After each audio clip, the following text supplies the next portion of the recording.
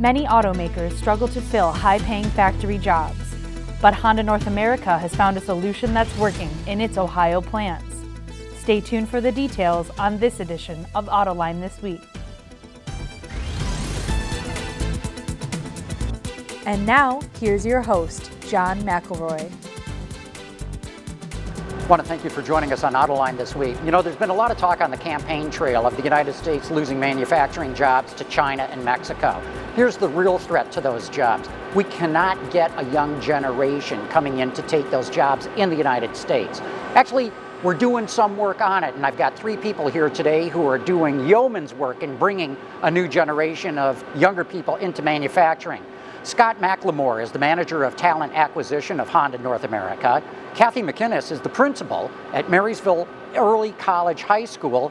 Dr. Stacia Edwards is the Dean of the Delaware Campus and Regional Learning Center for Columbus State Community College. I want to thank all three of you for being here to talk about this very serious issue. Scott, I'm going to start with you, and first off, I got to thank you because we're sitting in the Honda Heritage Center where you do a tremendous amount of very skilled training for manufacturing jobs. But we've also got two educators, as the audience now knows. What got Honda working with high schools and colleges to get a young generation into taking manufacturing jobs that you've got? Yeah, John, after doing some analysis internally of our current situation and future situation regarding our technical workforce, Honda did not want to sit back and wait for a solution to come to us or wait for someone else to take care of the skills gap problem. So we thought about it and we realized that collaboration and creating a pipeline of talent was the key. And then that's when we reached out to our regional educational partners to have this discussion and figure out how can we work on this together to improve the situation for now and in the future. Kathy, was this something that you were already thinking about at the high school level? We had talked about it a little bit because certainly in our community, like many others, there was a need for kids to find career paths that were high-wage jobs and that they could be engaged in. And so we had the opportunity to partner. Actually, Scott and I sat for long periods of time and plan curriculum and what this would look like for our students, and then really to partner with Columbus State so our students get both some career tech experience and hands-on type of activities, but at the same time can earn college credits while they're in high school. So it was the marriage of the best of those both worlds, and amazing. Dr. Edwards, how did that come together? How did you two, how did a community college and a high school get together to start planning a curriculum with an automotive manufacturer? Well, the first thing that happened is we all came to the table and we agreed to work together and try to figure out how students could not only get through the curriculum, but how they could see it as a desirable career and something that they wanted to do. And I think having Honda at the table really has helped us. It's helped us convince parents that it's the right thing for their students to do, and it's helped the students get excited about opportunities in work once they get through their curriculum. And John, if I could add to that, Honda and Columbus State had a long-running partnership already. They were providing technical training before we had this facility here to associates that were interested in increasing their skills and improving themselves to take on larger and more expansive roles. So Columbus State has been doing that with us for a long time. So that collaboration with Marysville Early College High School was kind of a natural fit, and then just bringing Marysville in on that collaboration. Well, you say it's natural, and I think after the fact it's natural. Yeah. But what led you to say, okay, we're working with the college, we got to take it a step sooner and get into high school too? Well, in our discussions with educators, with students, with parents, we realized that we needed to intervene in a way that was intentional. And that outlined this pathway that people could see from middle school all the way into the career. And we've had a lot of discussions like that over the years with Columbus State because they were having struggles drawing that talent into their programs. We were trying to reach into their programs, offer opportunities for their students, and the students just weren't coming. So we realized that we have to get into the high schools, articulate this pathway, give these students and these parents alternatives to what they're being pushed in terms of a single pathway which might not lead them into the careers that we have. Stacia, what gets the students interested then? Is it the knowledge that there's a job at the end of it?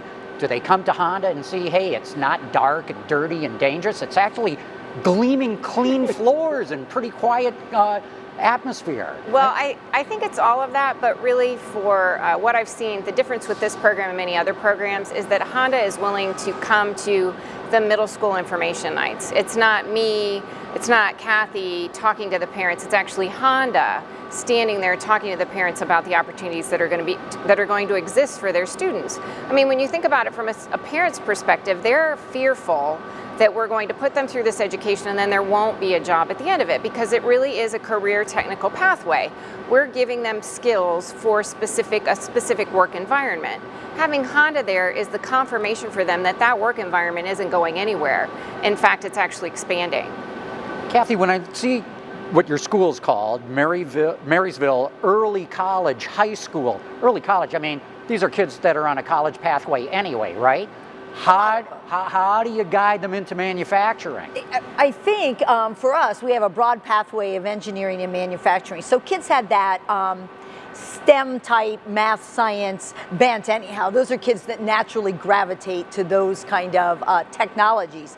And I think also for us, in partnership with Honda, we have a lab in our school that looks a lot like this. So kids come in and they're like, wait, I can do this. And I think that expanded some opportunities for kids as well that way.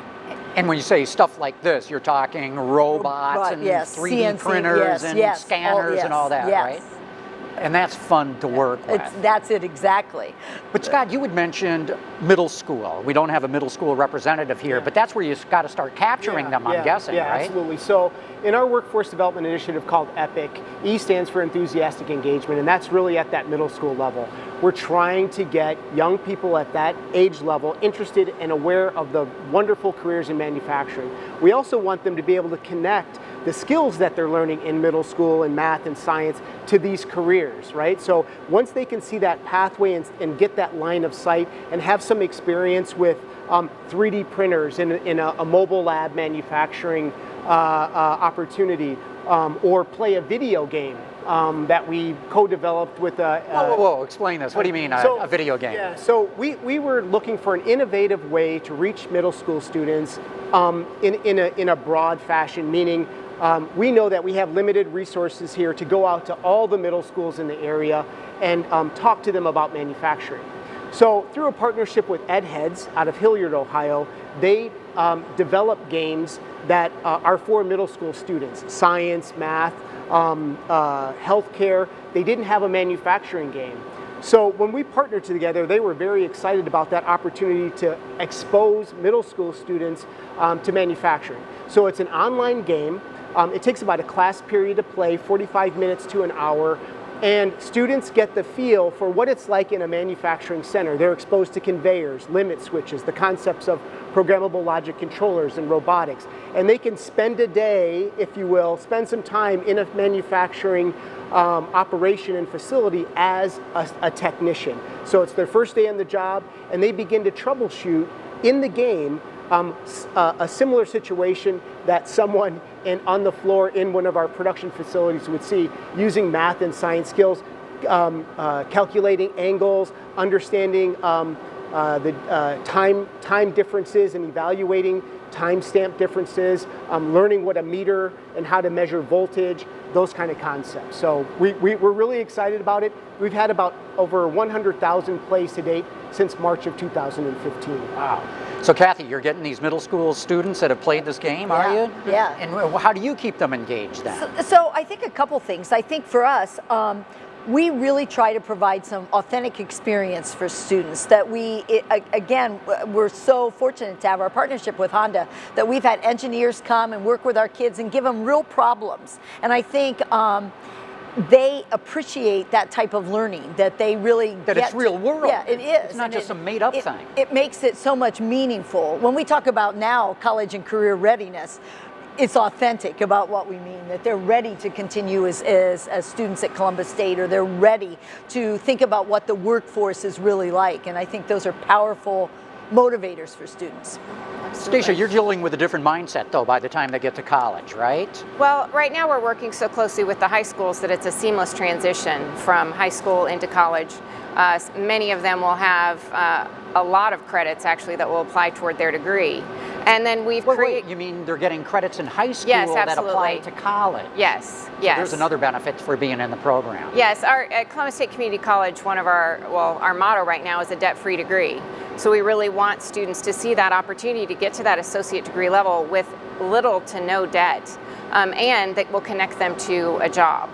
How's that work? I mean, they get paid to go through this? Well, right now with with the program, once they come to Columbus State, the students, we are calling it our work-study model. The students have to get to a certain point with a certain number of credits and a certain level of skill, and then we put them through a summer program, an Automotive Institute, it's now called. It used to be called the Honda Boot Camp. It's a 4-week program, and at the end of the boot camp, basically these students are connected with a company. So they're interviewing for a job. And that job then, it's 20 hours a week here at Honda, or some other companies that we have now that are partners. And then they also still go to school full-time. So the difference in this particular program is that it is a long-term internship, a long-term mentorship where Honda actually connects them with an employee here at Honda, and then they work together actually as that student continues on through their education.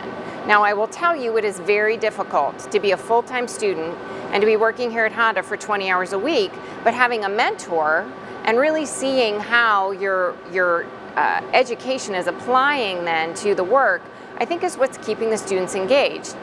Really, that is not a place that we're having problems with attrition. But we're staying very closely connected to those students, and the mentors are too, to really try to make sure that we're not killing them, you know, with either side. I think that's a key that Stacia's talking about, the intentionality of the program and the collaboration is what's key to the success. So they're going to make sure they wrap those students with success and support in the classroom and at Columbus State. We're going to do the same thing here at Honda because we all want those students to succeed. If there are challenges or problems in either area, Columbus State and Honda work together to make sure that those students get what they need, assuming that they want to put forth the effort to be successful. And we've had great results in transferring those young people from students to full-time technicians here at Honda over the last 2 years. We'll talk about when they're still students, because I'm intrigued by this idea of a debt-free education, especially when we know so many kids coming out of college today with debt loads I can't just fathom. So what's really great about this pathway in this program is with the low cost of tuition at Columbus State for this 2-year associate's degree in electromechanical engineering technology, and the working experience and opportunities of those students working here 3 days a week during that 1-year period, what we pay them in their salary as student technicians more than offsets that tuition that they have to pay for at Columbus State. That's great. Now the high school students, they don't get paid, do they? So they don't get paid, but they get free college. So I have students that easily by the time they're seniors will have 40 to 50 credit hours already. I mean, they will finish a degree at Columbus State, that they will be maybe a summer away from being able to say they have an associate's degree. And that's that much sooner we can receive them as full-time technicians, which is a great thing. Now, I know other schools offer the opportunity for high school kids to be able to get college credits, but the level of credits you're talking about is nothing I've ever heard about before. And that's thanks to our partnership with Columbus State, that we've been able to really look at what credits kids will need to move into careers that they really want. And they've done a good job with it. So far, the kids have been successful in the college classes that they've taken and seem to have a pretty clear understanding of where they want to go. But Stacia, you mentioned an attrition rate. Talk a little bit about that. I mean, how big of a challenge is that, or how successful are you in this program? Well, what's been really exciting about this program is we don't lose very many students. And that's, once again, because we're paying so much attention to them while they're in that classroom. I mean, they are a very valuable resource to us, whether they're in the high schools or whether they're in our classrooms. And our faculty and advisors are working very closely with them. So we may lose 1 or 2, but certainly by the time they get through that boot camp in the summer and they're in their final 2 semesters, we really haven't lost any students. How many kids you got in the program now? Well, it's slow. You know, we've been working on it now for, what, 7 years? Yeah. We started at 7 years with freshmen in high school, and a year ago we had our first graduate from the program. And this year I think we anticipate having more than 30 graduate. So from our first class of 3 to, in just 3 years, having close to 40, I think we're really excited about doubling and doubling and doubling. And in addition to that, what we've done together is we've brought more companies into the program. Yes. So it's not just Honda. This is not just about Honda, and that's the approach that we took with the EPIC initiative. Right from the start, we were talking about engaging students and parents to get them aware of the opportunities in manufacturing in general. We need them for our suppliers. We need them for manufacturers in the region and the state. We need them for manufacturing in America as a whole. So what we've done is we've reached out to our local industry partners and colleagues and said, hey, this program exists. Would you be interested in joining us and offering these opportunities to students as well? Because we know full well we can't offer all the opportunities for all these students that engage in this program. And it's important for the region, it's important for our communities that this be successful. And so far we've been pretty successful at bringing other companies in to work with us as well. That's why we're doing the show here today. That's right. That's right. Kathy, do you have any issues with attrition? You only lose a few, or No, like, and we're in our infancy. This is for my school, it's the 3rd year since we've opened. If and how many kids in the program? So we probably have 400 students, and of those 400 students, a third of them are in our engineering and manufacturing, and that stayed pretty constant each year. When we allow kids to say, well, we have 3 broad pathways, where are you going? It's about a third, a third, a third, and that stayed the same too. So I feel like, again, I hope we're targeting the right kids, the kids that want to pursue this type of career and this type of education. But listen, what the both of you are saying here, you've got a lot of mentorship or counseling going on. What's the lesson here for other school systems? Because that takes a lot of resources and bodies to do, does it, or does it not? Oh, it absolutely takes a lot of bodies, and it takes the, you know, I will go back again to the partnership with Honda and the fact that they've been willing to stick with us. We've been all working on this for a lot of years. So it has not been an easy process from the beginning to get parents, to get the students to start taking the courses in high school related to this, but now we can show them the reward. You know, the first 3 students who graduated, we're now able to take them back to the high school. We put them on our website. We show them what that looks like when you're 19 or 20 and you just bought your new car with your degree. We run commercials. Yes, we run commercials. And you know, the really exciting thing for me is this is not a terminal spot. This is not a stopping point. This associate degree then maps into a bachelor's degree. That bachelor's degree then can map into a master's degree. It is just the first stop for anyone. So what we're really trying to do is to get people comfortable. This may not be the place that they're going to work for the rest of their life, but it sure is a great first job. And it really can turn into an amazing career, no matter what they do then with the bachelor's or master's degree level.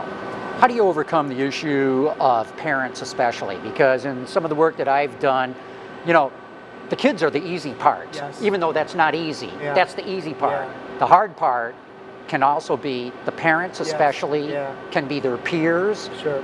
can even be, not disparaging you two here, can even be Educators. teachers in school systems. Oh, you don't want to go in a factory, that's not the kind of career you want. So how do you overcome that? I think it's, like Stacia mentioned, it's creating success stories, and it's engaging those parents directly. So what we've done is we've partnered with Columbus State, and we go into the high schools with their admissions person, with their counselor that manages and supports their technology program, and with one of our recruiters or someone from Honda that can speak to the career, and we lay out that pathway so that, again, that they can have a line of sight from where their student is today to what that looks like with low debt, with great skills and great opportunities. Once we lay it out for them and we talk about what the salary looks like, what the environment is, and these, frankly, the students that are coming out of these programs are happy. They really enjoy what they do. So it's not a difficult sell from our standpoint, but you have to engage those parents directly. It has to be more than a handout that you give them. They have to hear that there's opportunities, whether it's in a career or there's further opportunities with more education. Kathy, I want to hear how you deal with the parents. Well, I think that's similar, that I think parents today are certainly aware of the cost of college. And when their students come home and they're enthusiastic about the program that they're in, and then we show them the rest of the pieces, that look what you're getting through college credit here, and look where this can take you, and look what starting salaries are. I mean, I always tell parents, starting salaries for kids here make way more than any teacher that's working in my building, and so I think that's a powerful So somebody coming out of this program here is what, looking at $65,000 a year, that area, right? And that's huge. I mean, when you say that with an associate's degree and the training that they get from the combined experiences, that's where they could start. That's mind-boggling for parents, I think, I mean, for the most part. And I imagine by the time they get to college, you're not having to deal so much with the parents, or are you? I think we always have to, that's why we're all partnering together, because they need to see us as a real educational institution that provides transcripted credit in high school, that connects to that 4-year institution, or on to whatever else they want to do. And so I think it's really important for us to continue to have the conversations with the parents and help them see that this is very real. I mean, when you think about that, so we're talking about a 2-year degree and it's $65,000, people don't believe us. So, I mean, they really don't, and they think it's too good to be true and it will go away. So all of us just have to keep saying the same thing and sticking with our story, which is it's a wonderful career, it's a wonderful stepping stone to whatever it is that you want to do. I mean, if you think about it, within an automotive, a big place like Honda, you have everything. So someone could take their education, that 2-year degree, they might end up deciding they want to go into the business aspect of it. But think of how marketable then that person's going to be, because they have this technical knowledge of what goes on the floor. I mean, the same thing can be true for any area of this organization. Those skills will transfer and be an asset for the individual. And John, you mentioned counselors in high schools and maybe the gap there, some of the challenges. I wish I had that. I never got that in high school or college. I think it would have been enormously valuable. One of the things that Honda has done in partnership with our educational institutions is develop a toolkit and information to arm those counselors with an understanding and information they can share with students about manufacturing. They're at a disadvantage because they're educators. They may have never stepped foot in a manufacturing facility before. So we provide them with that. We bring them in, give them a tour of the facility, have them introduce them to technicians and engineers and manufacturers to get a full understanding of what that's like, so that they can go back, talk with their students in a more educated and informed way about what that opportunity looks like. So we're trying to offer those opportunities to counselors and teachers as well, because again, if they've never stepped foot in a manufacturing facility, it's going to be hard for them to try to inform or influence a student about what those opportunities are like. Are you able to get parents into? I mean, I would think anybody coming into this kind of a facility would be very impressed. Yeah, there's some opportunities for that too. We've given parents tours, and now with this wonderful museum and technical development center, they can get a real understanding of what that looks like in a broad way. Scott, we're here in the heart of Ohio right now, but Honda's got plants all over North America, all over the world as well. How are you working this thing out in other places? Yeah, so the model was built such that it can be replicable. So the EPIC initiative, with its 4 functional components, can be taken to our facilities down south. I'm meeting with our Indiana facility actually next week and talking about this initiative because they have the same concerns. In fact, my recruiting team is experiencing some challenges around finding technicians for them as well as technicians for us right here. So we're needing to come up with those innovative ways, and we can share that with them, and then they can use their resources and reach out to their community colleges, high schools, and career centers the same way that we've done that here in Ohio. Kathy, can you work with other high schools? Have other high schools come to you and said, hey, what are you doing here? Certainly, I think as a STEM school, we get lots of visitors, and I think that's an important commitment that we make about how could you do this in your building, and how could it look like in a different system, because I think that is important. And I think we can share some of the practices and some of the growing pains and how we got to where we are now, that I think it would be beneficial for schools when they want to replicate this. And Stacia, you mentioned you've got other companies coming to you now in the area. Yes, we were fortunate to work with Honda and get a National Science Foundation grant. And the purpose of the grant was to really expand and reach out to more high schools and to reach out to more companies. What's really exciting about the curriculum that we developed is that it is meeting the needs of those other companies. And we're also finding that the electromechanical engineering technologist is now needed in automated warehousing. And so what we know then is that just expands not only the demand, but also the status of that particular position. So yes, we keep attempting to expand, but all of that takes time, certainly, and energy from our part, because everybody needs something a little bit different. And what we're sticking with in this program is the requirement for the mentor, because we really believe that that is what sets it apart and what makes it successful, because those students are learning from that seasoned professional. The seasoned professional now is saying, wow, these people do have a work ethic.